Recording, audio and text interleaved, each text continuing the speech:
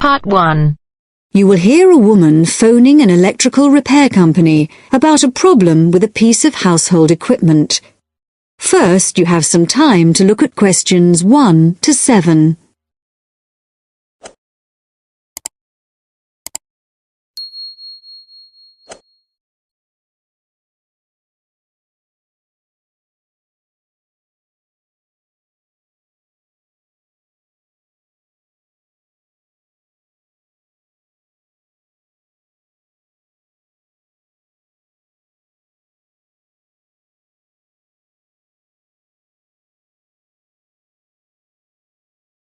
Now we shall begin.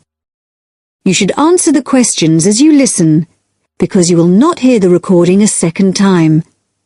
Listen carefully and answer questions 1 to 7.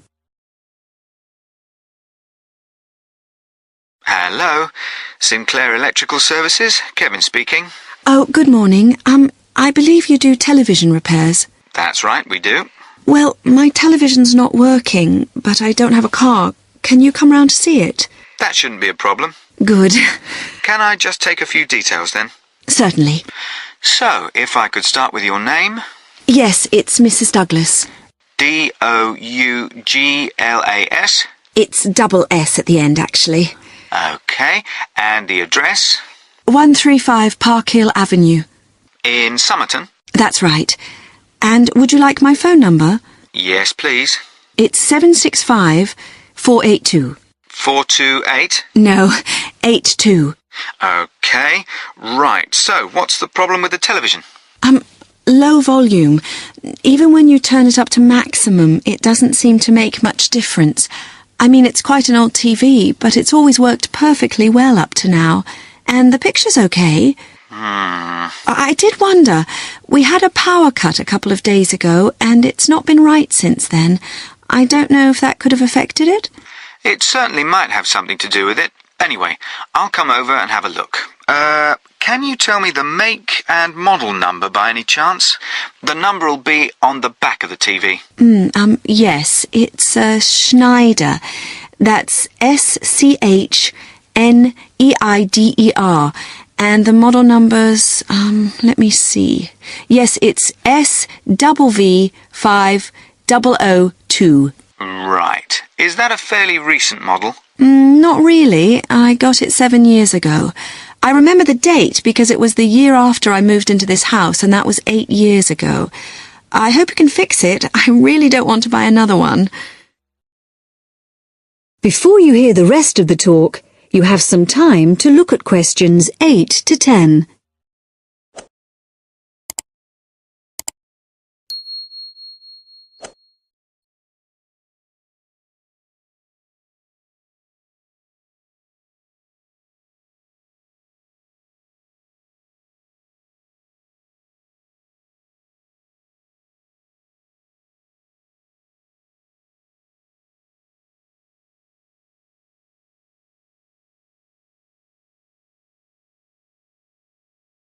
Now listen and answer questions 8 to 10.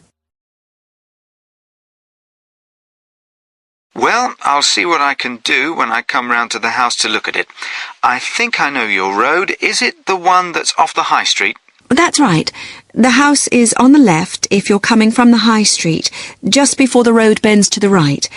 I'm afraid it's getting harder and harder to park on the road, but if you drive on round the bend, you can usually find somewhere. That's all right. Now, let's see. When would it be convenient for me to come round? Well, as soon as possible, really. Well, what's today? Friday. I'm booked up today, and then we've got the weekend, so I'm afraid it looks like Monday morning's the earliest. You can't come tomorrow? Well, Saturday morning I'm in the showroom, and I don't work Saturday afternoon and Sunday. OK. I'll make sure I'm in. Oh, and one last thing. I wonder if you'd mind telling me how you heard about us. We've just opened a new web page, and we're interested to see how effective it is. No, I actually heard about you from the woman next door. She couldn't remember your number, but I looked it up in the phone book. Oh, right. It's always the best advertising, word of mouth. Right, OK. Thank you, Mrs. Douglas. Thank you. Goodbye.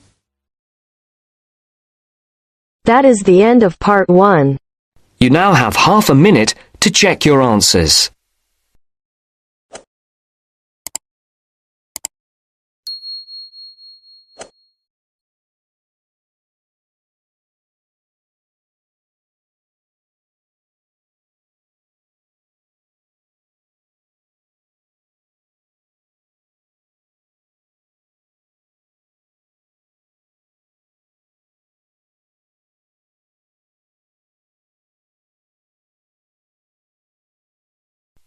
Now turns to Part 2.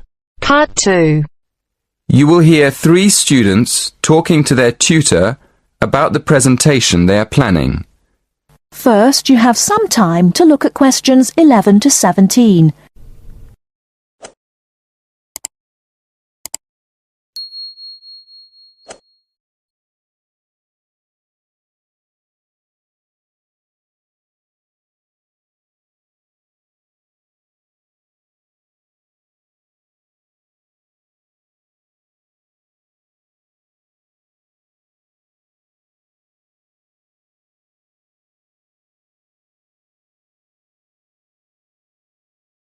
Now, listen carefully and answer questions 11 to 17. Good morning, everyone. So, you're going to tell me about your presentation. First of all, what's your topic? Did you say you were going to talk about the uses of mobile phones? Not exactly. We're actually going to explain the dangers of using mobile phones. Ah, okay. That sounds interesting.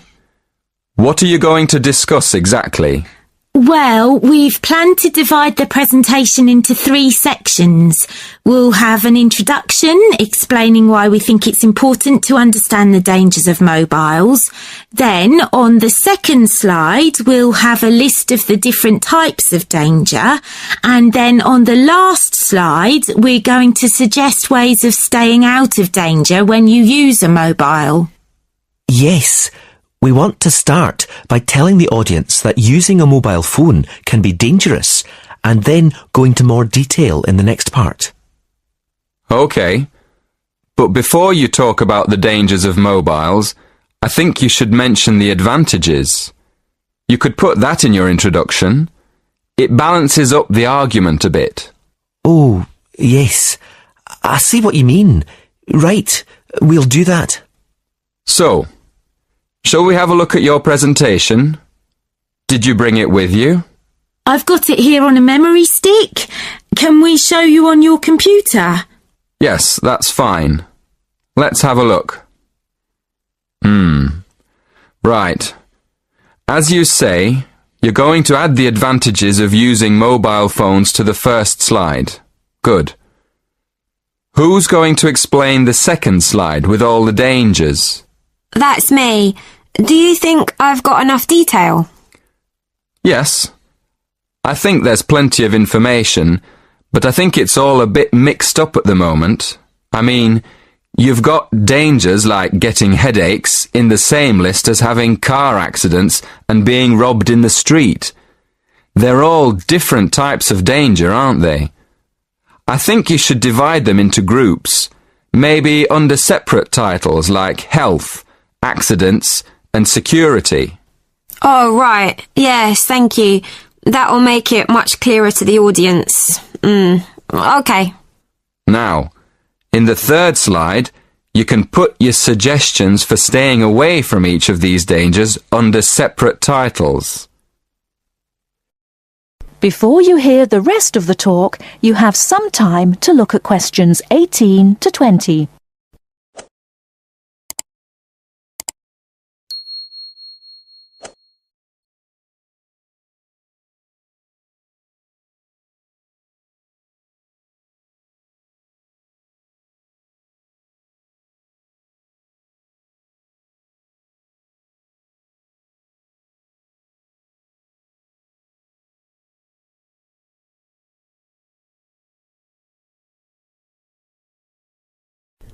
Now listen and answer questions 18 to 20.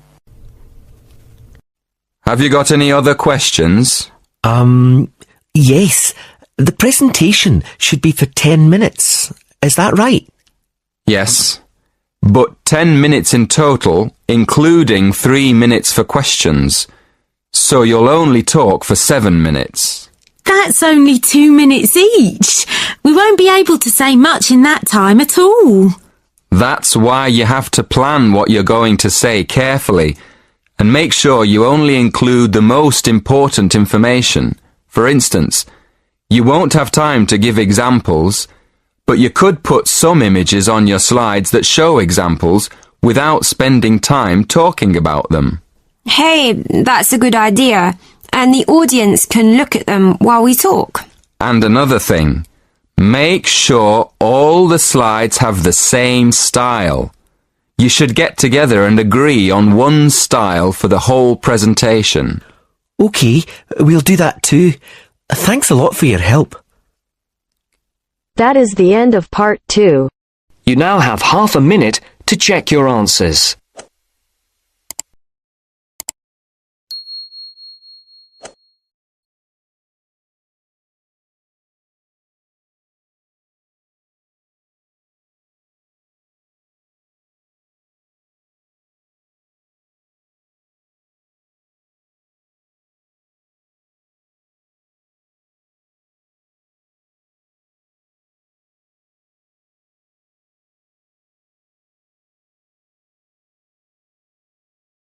Part 3.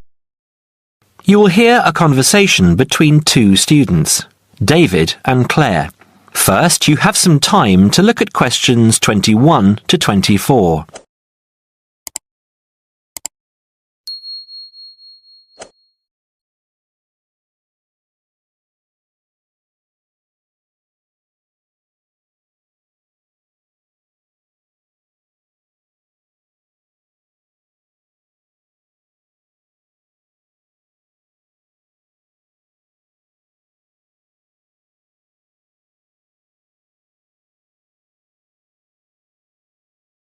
Now listen carefully and answer questions 21 to 24.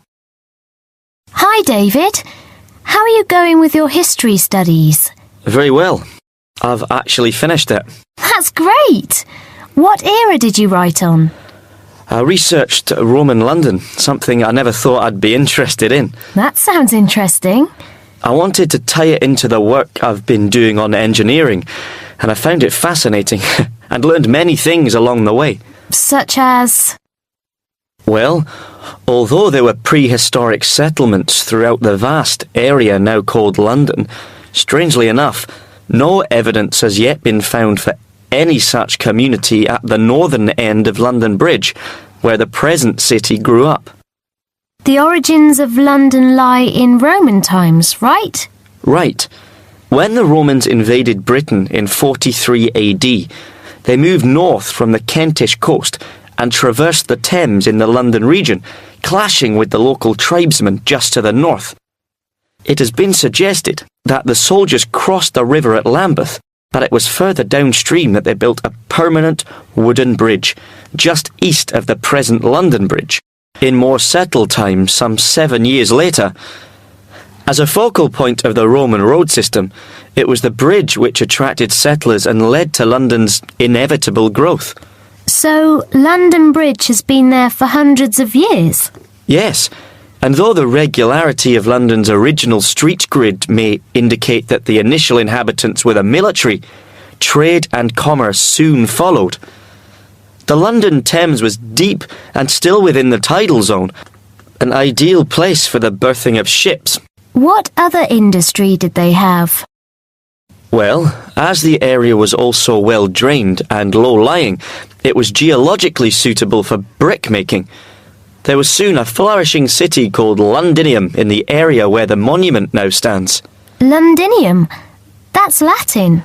That's what I thought too, but the name itself is Celtic, not Latin, and may originally have referred merely to a previous farmstead on the site. Before you hear the rest of the talk, you have some time to look at questions 25 to 30.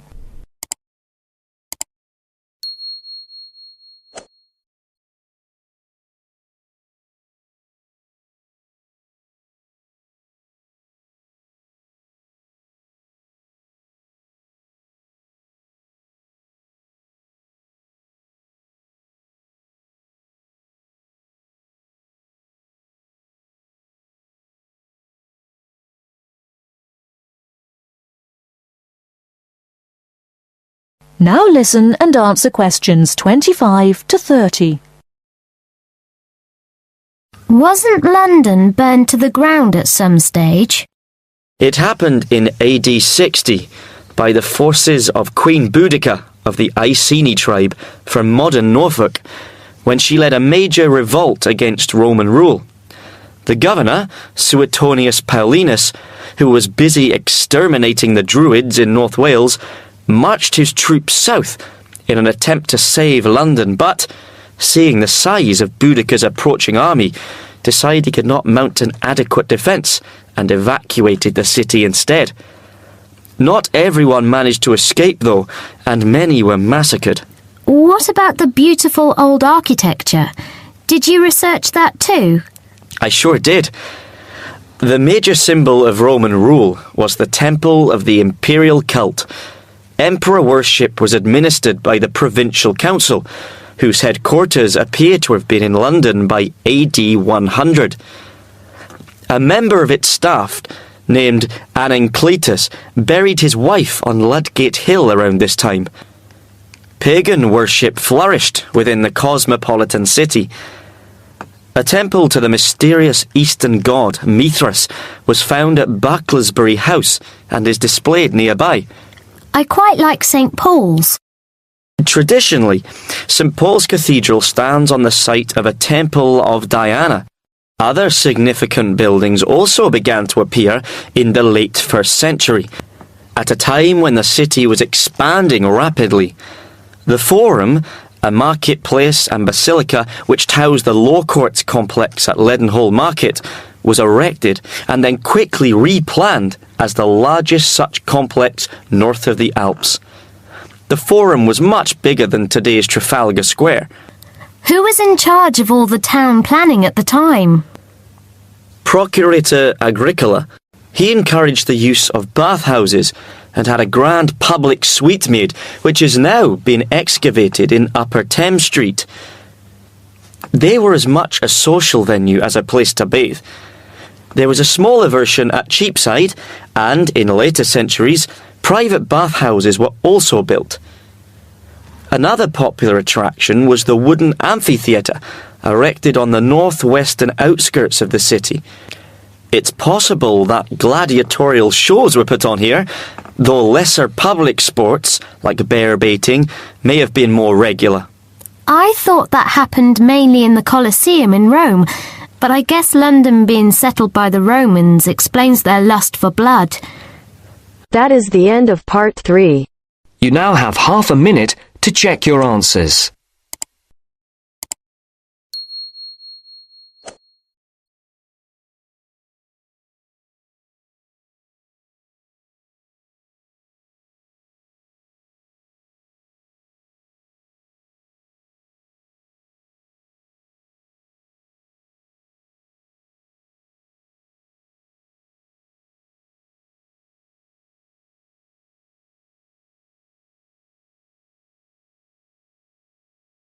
Now turns to part 4.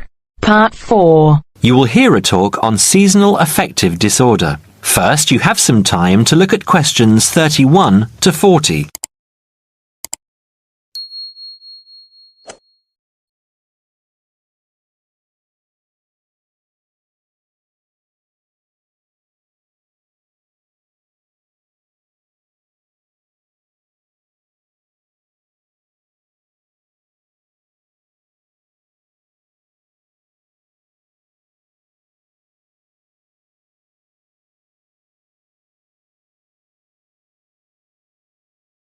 Now listen carefully and answer questions 31 to 40.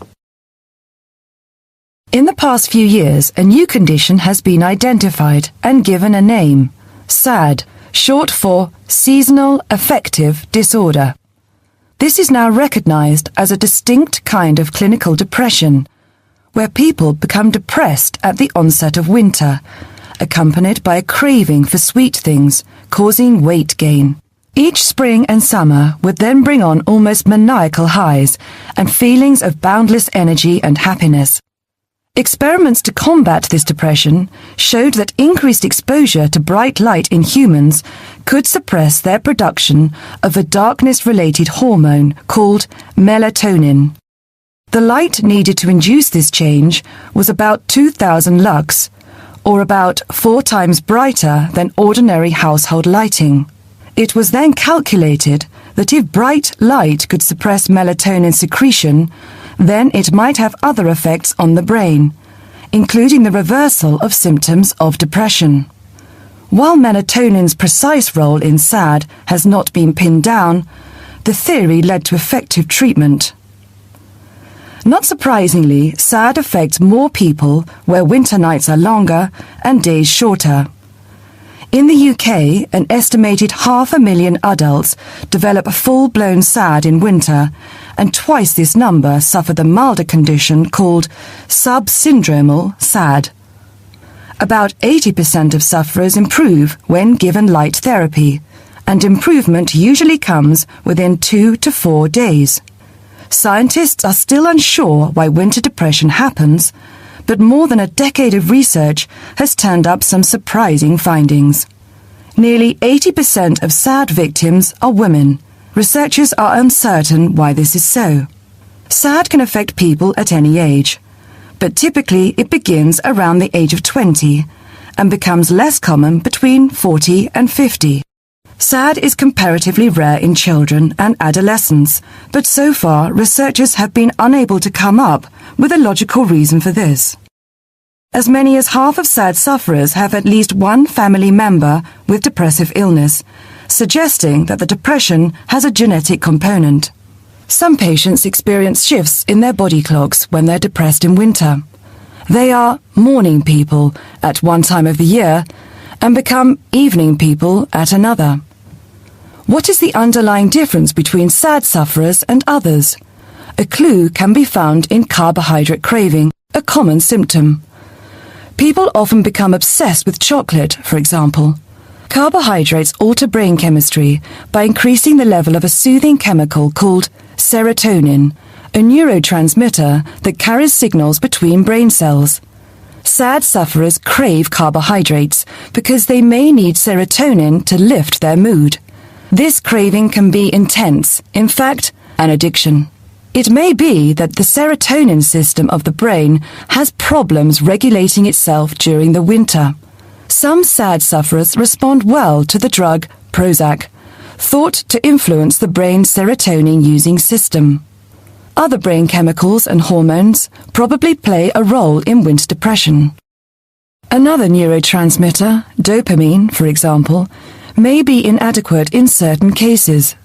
Researchers hope to uncover clues to SAD's secret by probing similarities between SAD and hibernation. Though no valid link between the two has been established, some SAD patients say they feel like hibernating animals. SAD sufferers tend to put on fat in autumn and early winter, roughly the time when such hibernators as bears and squirrels do. That is the end of part 4. You now have half a minute to check your answers.